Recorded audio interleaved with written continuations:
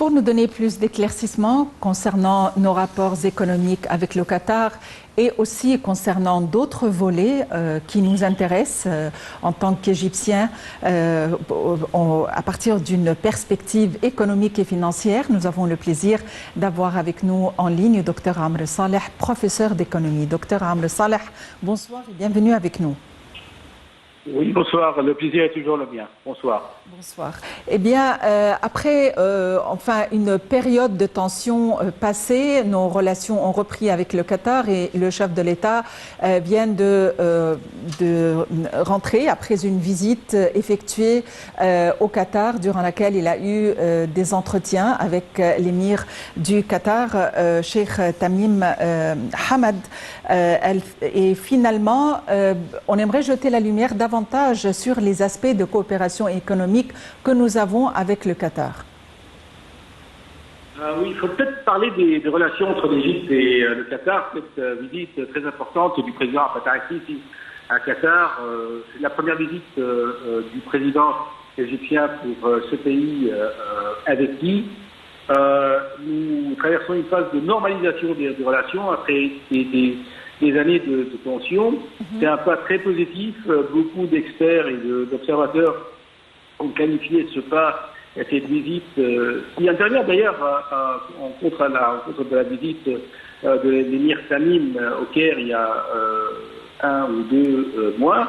Cette visite est qualifiée d'une visite importante pour la sécurité, pour la stabilité de la région, car vous savez que le Qatar, au sein des pays de coopération du Golfe, avec aussi l'Égypte, pourrait jouer et joue un rôle essentiel dans la stabilité de la région du Golfe. Donc c'est une visite très importante pour la stabilité, pour la paix, une visite économique, comme vous l'avez dit, en vue d'élargir la coopération entre les deux pays. Vous savez que Doha avait insisté et avait garanti des investissements pour l'Égypte et un renforcement des relations commerciales entre les deux pays.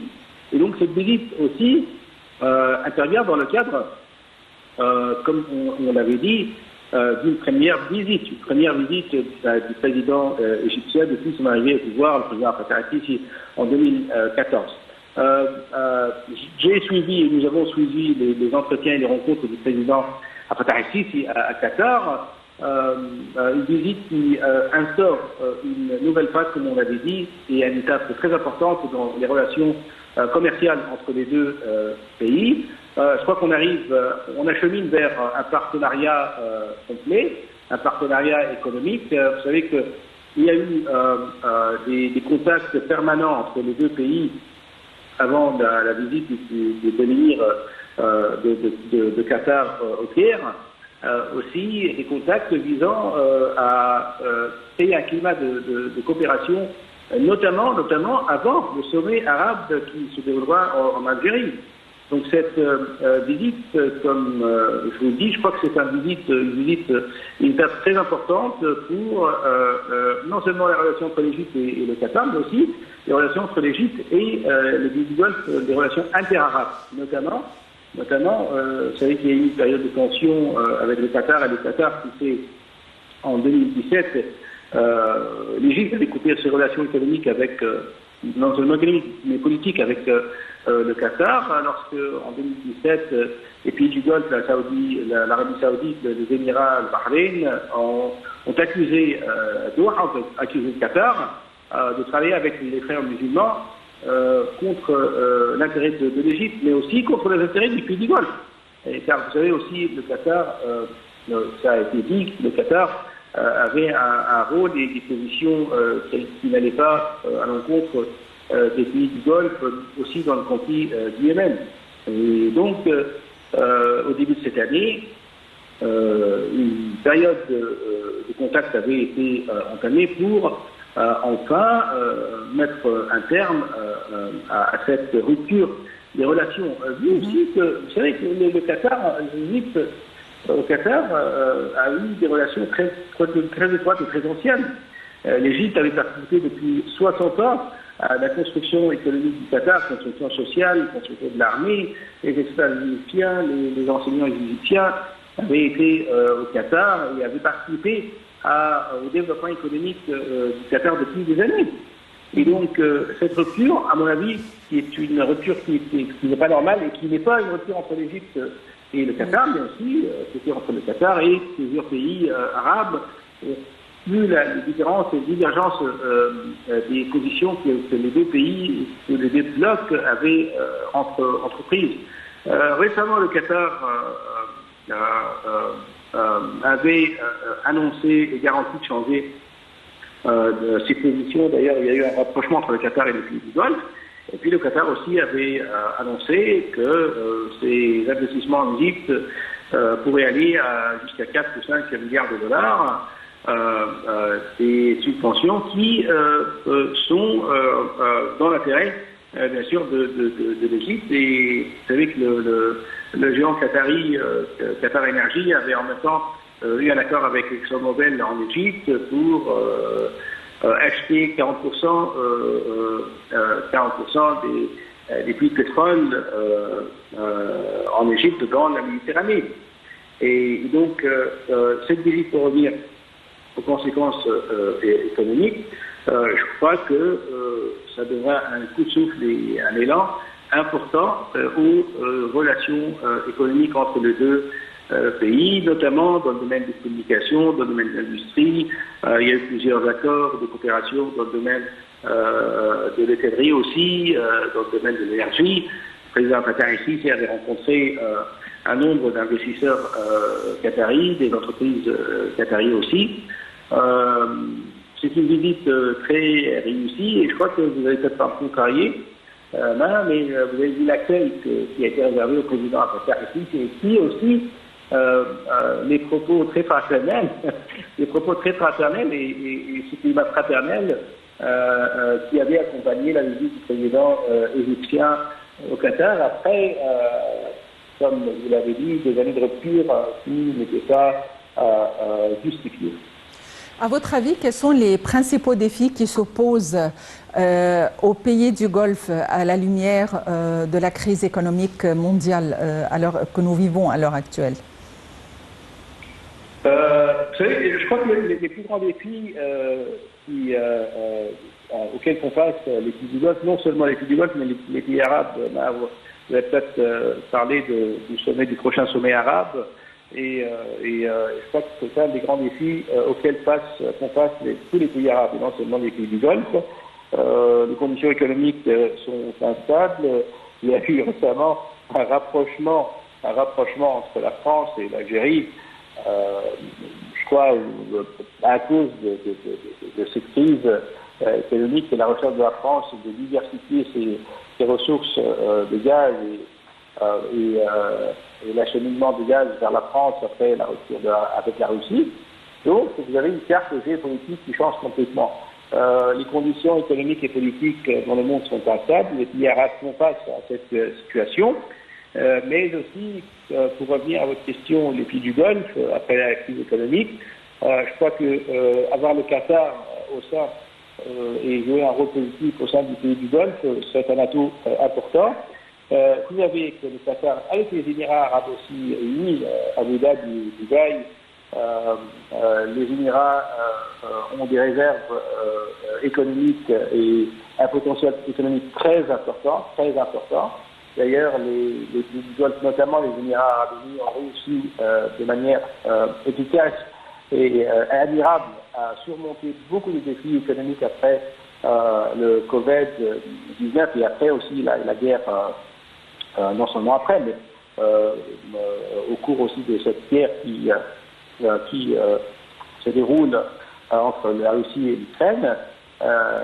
Les Émirats arabes unis, l'Arabie saoudite ont des dossiers très remarquables et des indicateurs économiques très remarquables, malgré les deux. Je crois que le Qatar, au sein de l'Union des pays du Golfe, et la normalisation, je dirais, de relations avec l'Égypte, ferait en sorte que le Qatar pourrait jouer un rôle complet, entier, capital, primordial avec ses frères arabes dans les pays du Golfe, notamment.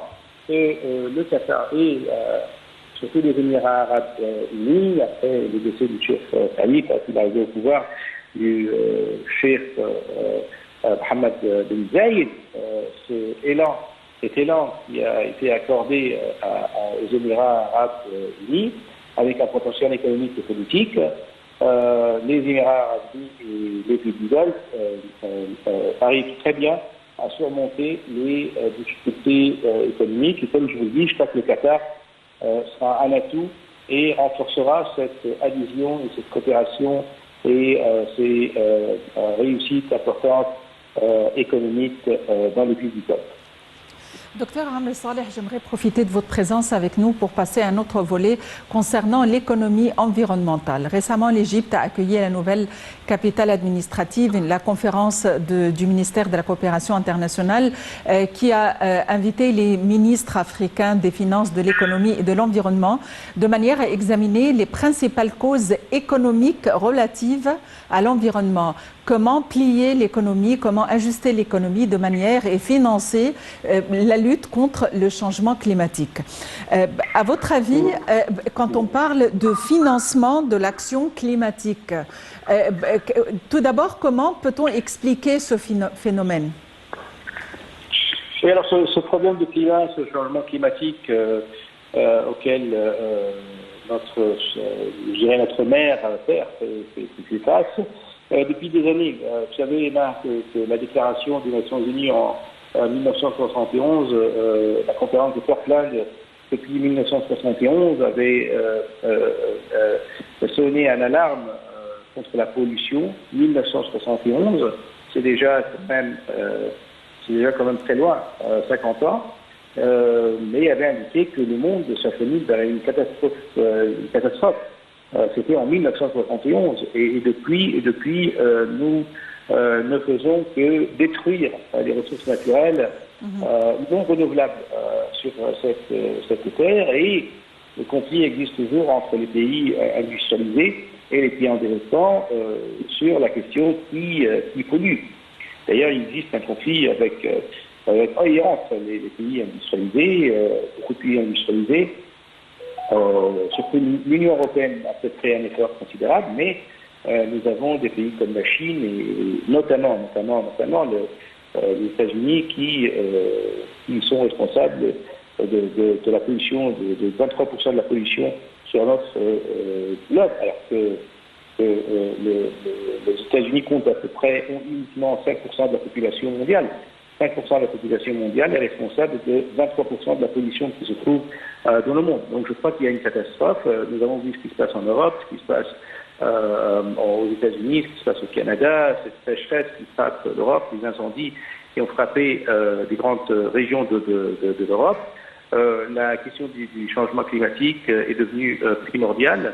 Je crois qu'il y a un conflit entre la question économique et la question de l'environnement, et c'est une question et un conflit qui n'est pas facile à résoudre, mais je crois qu'avec les appels des pays en développement pour les pays industrialisés, avec aussi la COP 27, vous avez cité l'Égypte, et tous ces projets que l'Égypte entreprend dans le domaine de l'énergie verte, de clean production et la consommation nouvelle et la consommation verte, l'Égypte fait partie. D'ailleurs, l'Égypte organisera prochainement le COP 27. L'Égypte fait partie des pays qui ont investi énormément dans le domaine de l'énergie verte et dans le recyclage et dans l'énergie renouvelable. Et je crois, pour revenir au Qatar, je crois que le Qatar aussi pourrait investir énormément dans ce domaine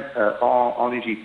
Je crois que l'Égypte donne un exemple très important pour les pays, non seulement pour les pays africains, mais pour les pays du monde, avec la participation du COP 27, mais aussi l'Égypte donne un modèle très important.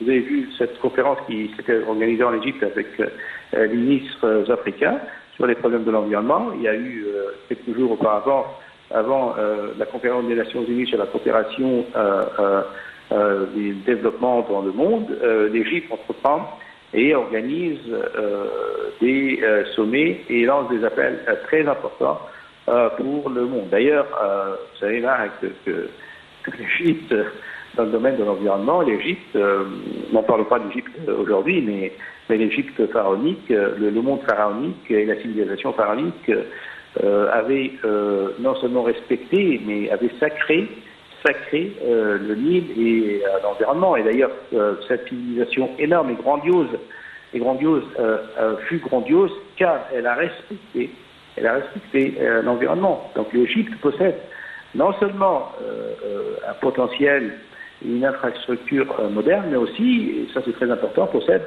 un patrimoine culturel et historique très important qui lui permet de jouer un rôle très important dans cette question du changement climatique et de la protection de l'environnement. Docteur Amr Saleh, vous êtes professeur d'économie. Je vous remercie infiniment pour votre intervention. Pour poursuivre notre volet concernant l'action climatique et concernant le financement de l'économie de manière à lutter contre les changements climatiques et à aider à la sauvegarde du climat et à propulser l'action climatique internationale et régionale au devant de la scène. L'envoyé spécial pour le financement de l'action climatique, Mark Carney, a loué les efforts de l'Égypte et les réformes entreprises par le gouvernement au niveau de la lutte contre les changements climatiques. Plus d'informations dans ce compte rendu.